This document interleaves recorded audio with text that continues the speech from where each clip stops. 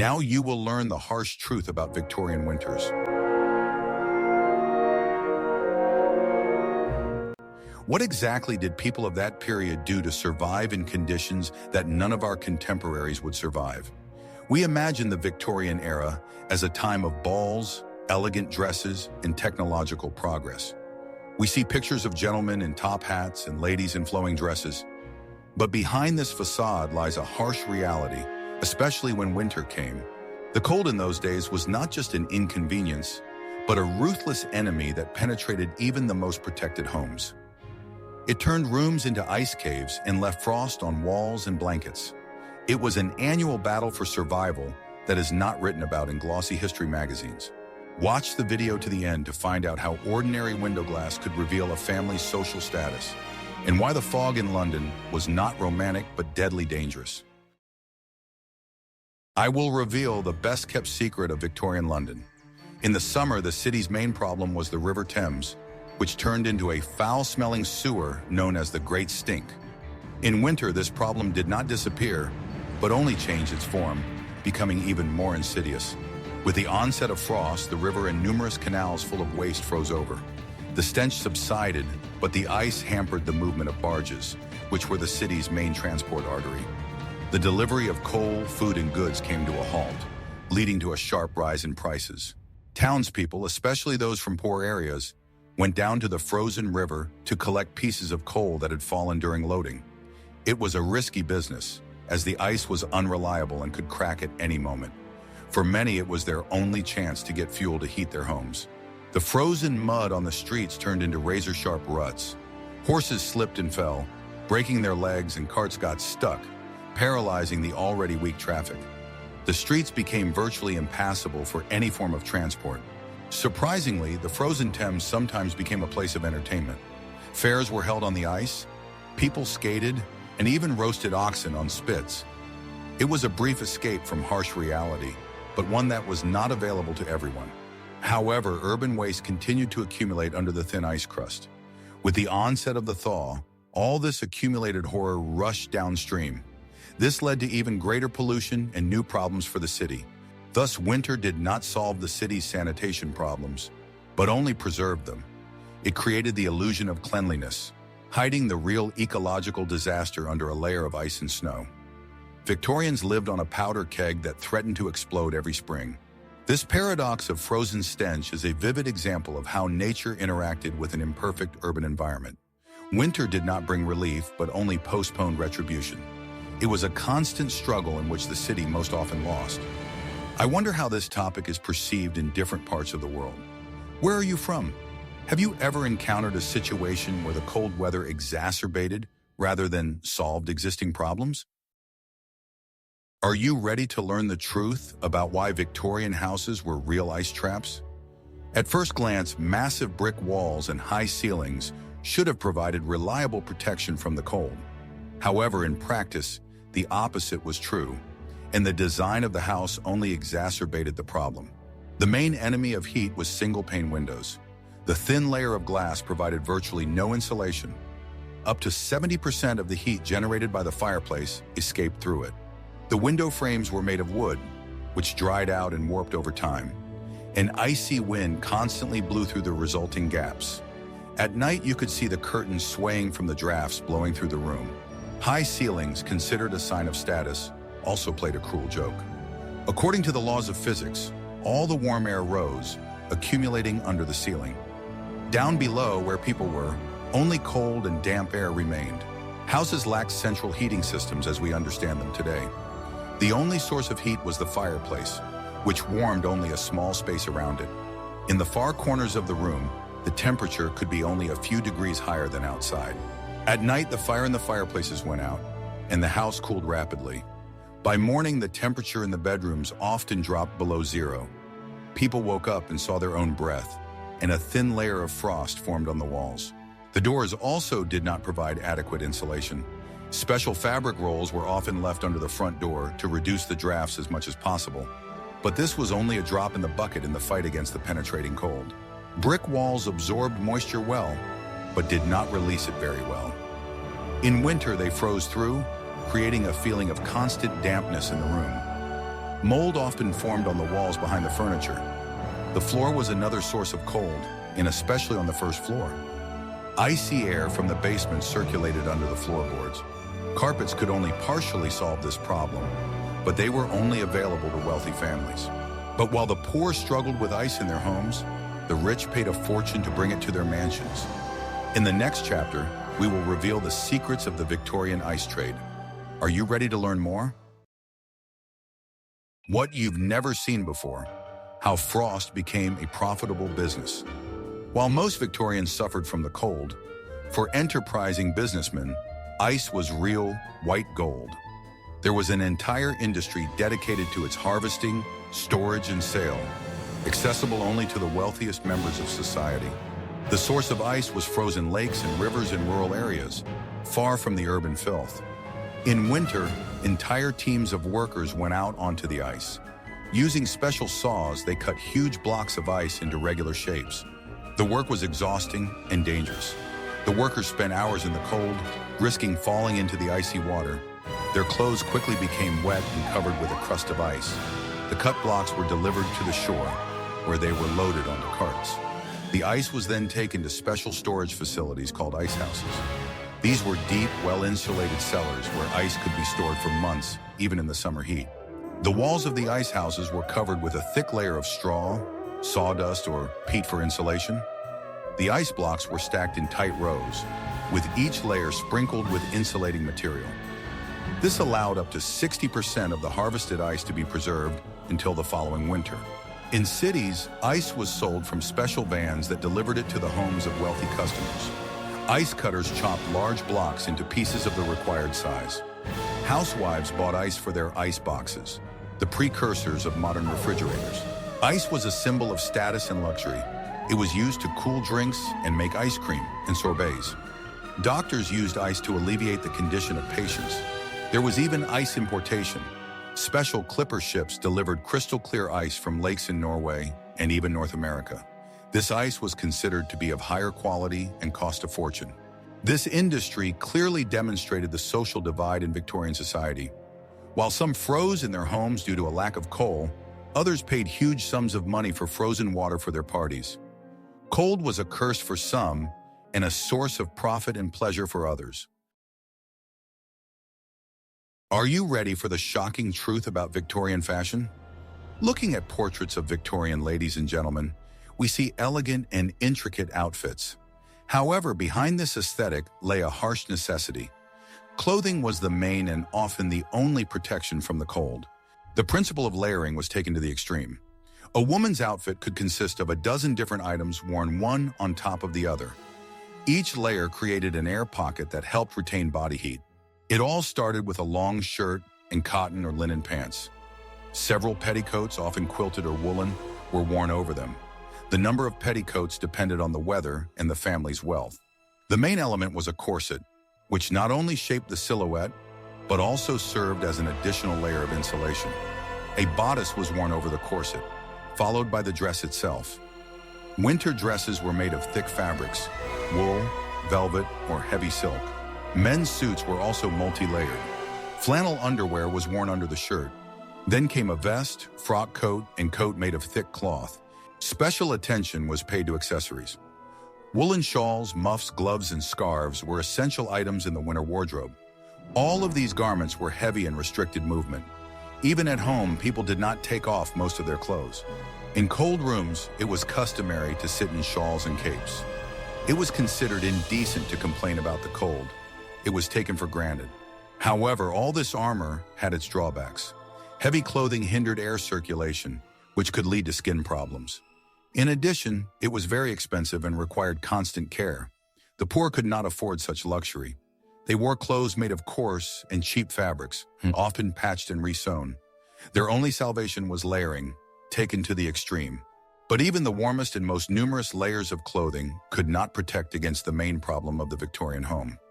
In the next chapter, you will learn why the main source of heat was also the greatest danger. What could it be? The fireplace was the heart of the Victorian home, the center of social life. The whole family gathered around its fire to warm up, have dinner, and spend the evening. However, this source of life was an extremely inefficient and capricious device. The efficiency of an open fireplace was only 15 to 20%. This means that more than 80% of the heat generated by burning coal simply escaped up the chimney. The fireplace only heated a small area in front of it, leaving the rest of the room cold. Moreover, the fireplace acted as a giant pump, sucking warm air out of the room. In its place, icy air from the street entered through numerous cracks in the windows and doors. This created constant drafts, which affected those sitting far from the fire the most. Lighting and maintaining the fire was a science in itself. Cheap, low-quality coal was used, which produced a lot of smoke and soot. The chimneys often became clogged, and acrid smoke began to pour into the room. Soot covered all surfaces in the house with a thin black layer: furniture, curtains, carpets. Everything required constant cleaning. The air in the house was heavy and harmful to breathe. For wealthy families, the fireplace was also a decorative element. They were decorated with expensive marble, carvings, and tiles. However, behind this beauty lay the same inefficient and dirty technology. In poor homes, fireplaces were simpler, but the problems remained the same. Often, several families lived in one room, and they all depended on one small hearth. Fighting for a place by the fire was commonplace. Thus, the fireplace required constant attention and hard work.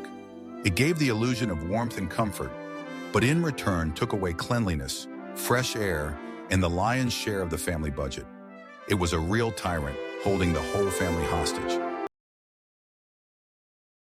Are you ready for the shocking truth about the role of women in the Victorian era? If the fireplace was the tyrant of the hearth, then its main slave was the woman.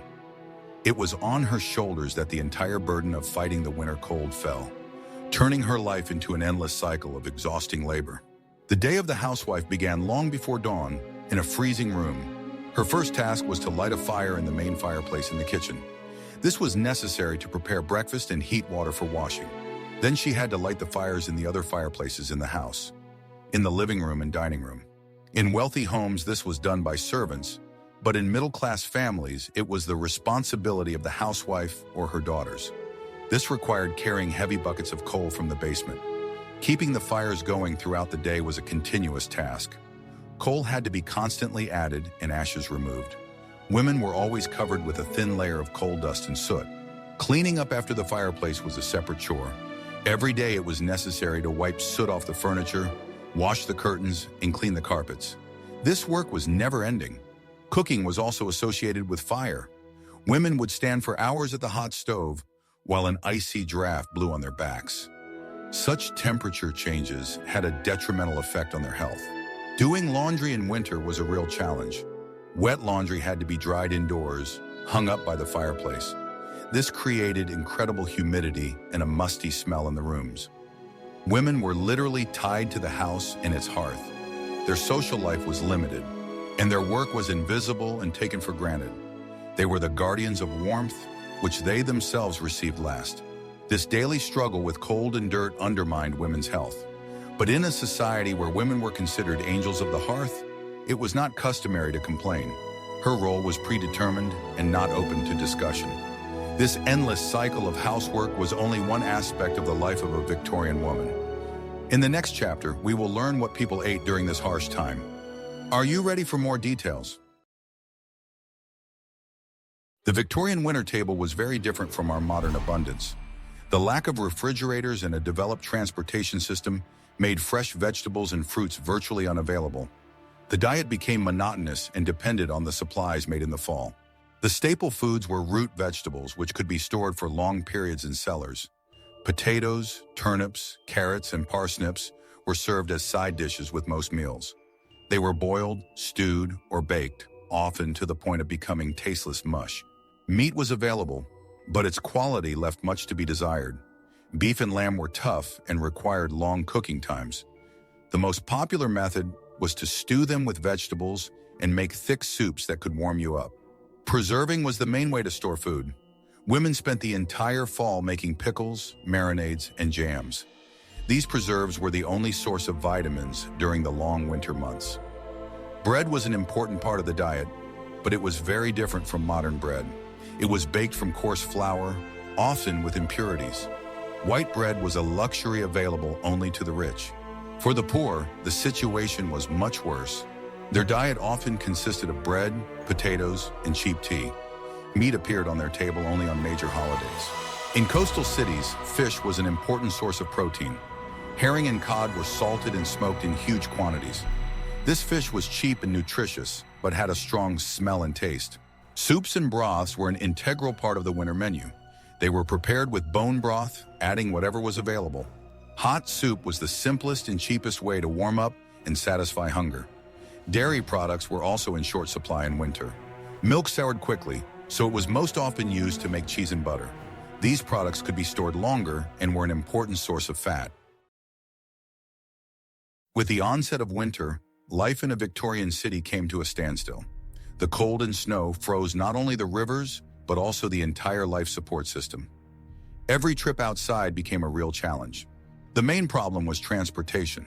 Streets covered with a layer of packed snow and ice became impassable for horse-drawn carriages. Horses slipped and fell, and the wheels of carts got stuck in the slush. There was virtually no snow removal system. This task was performed by poor people hired for pennies who shoveled the snow to the sides of the road. There it lay in huge, dirty drifts until spring. The water supply system, the pride of Victorian engineering, also suffered from the cold. Pipes laid shallowly underground often froze. Entire areas of the city could be left without water for several days. Working outdoors became unbearable. Builders, dockers, and cab drivers were all forced to work in the biting wind. Their only protection was rough clothing and the rare opportunity to warm themselves by a fire. Fog mixed with coal smoke created a phenomenon known as pea soup. This thick, yellow-black smog enveloped the city, reducing visibility to a few meters. Traffic on the streets came to a complete standstill. This smog was not only an inconvenience, but also a serious health hazard. Particles of soot and sulfur penetrated the lungs, causing breathing problems. In winter, the number of respiratory diseases increased sharply. The city's gas-powered streetlights were unable to penetrate the thick fog. The city was plunged into semi-darkness, which led to an increase in crime. Dark and slippery streets became dangerous. Even railways, a symbol of progress, were vulnerable to the elements. Snowdrifts could stop trains for several days. Cities were cut off from food and coal supplies. Nowhere was the social inequality of the Victorian era more evident than in winter. Cold was a universal phenomenon, but the ways of coping with it differed dramatically. For the rich and the poor, winter was two different seasons. In the mansions of the aristocracy and wealthy industrialists, winter was a time of comfort and entertainment. Several fireplaces in the house burned around the clock, maintaining a comfortable temperature. This was done by numerous servants, relieving the owners of any hassle. Their tables were laden with delicacies. They could afford meat every day, expensive wines, and even fresh fruit grown in heated greenhouses. The winter diet of the rich differed little from their summer diet. Their wardrobes were full of expensive and warm clothes made of wool, fur, and velvet. They could afford to change their clothes several times a day. They had elegant sleighs and warm carriages for going outside. Winter was a season of balls, receptions, and visits to the opera for them. They spent their time in warm and brightly lit halls. The cold world outside the window seemed to them to be nothing more than a picturesque backdrop. At the other end of the spectrum were the poor, who made up the majority of the population. Their homes in the slums were dilapidated and drafty. They plugged the cracks in the walls with rags, but it did little good. The only fireplace, if there was one, was lit only occasionally. Coal was expensive, and they economized on it, stretching one bag for a week. Often the whole family slept in one bed to keep warm with each other's body heat. Their food was meager and monotonous. Potatoes, bread, and cheap tea, that was their entire diet. Many suffered from malnutrition, which made them even more vulnerable to the cold. Their clothes were old and worn, unable to protect them from the frost. Many workers had only one pair of boots, which were constantly wet. They were forced to spend the whole day in the cold, earning their living. Despite all the difficulties, Victorians found ways to entertain themselves during the long winter months. Although the cold limited their options, it also stimulated new forms of leisure. Life did not come to a complete standstill, but simply moved indoors. For the middle class and wealthy townspeople, The theater was one of the main entertainments. The theater season was in full swing in winter. People wrapped themselves in furs and went to see new plays and operas. Home entertainment became particularly popular. Families gathered in their living rooms to read aloud together. The novels of Dickens and the Bronte sisters were incredibly popular. Board games such as chess, checkers, and cards were common. Entire evenings were devoted to games. It was a way to pass the time and socialize with friends. Music was another popular home activity. Every self-respecting middle-class family had a piano. Young ladies had to be able to play and sing to entertain guests. With the onset of severe frosts, when ponds and lakes were covered with thick ice, it was time for ice skating. It was one of the few winter entertainments available to different social classes. Both aristocrats and ordinary townspeople could be found on the ice. Dance evenings and balls were held in homes. This was an opportunity not only to dance, but also to make new acquaintances. The winter season was the peak of matrimonial activity. For those who could not afford the theater or balls, pubs and taverns were the main outlet. There, workers could warm themselves by the fire, drink ale, and discuss the latest news. These were the centers of social life for the lower classes. Despite its apparent dullness and gloom, winter had its own special atmosphere.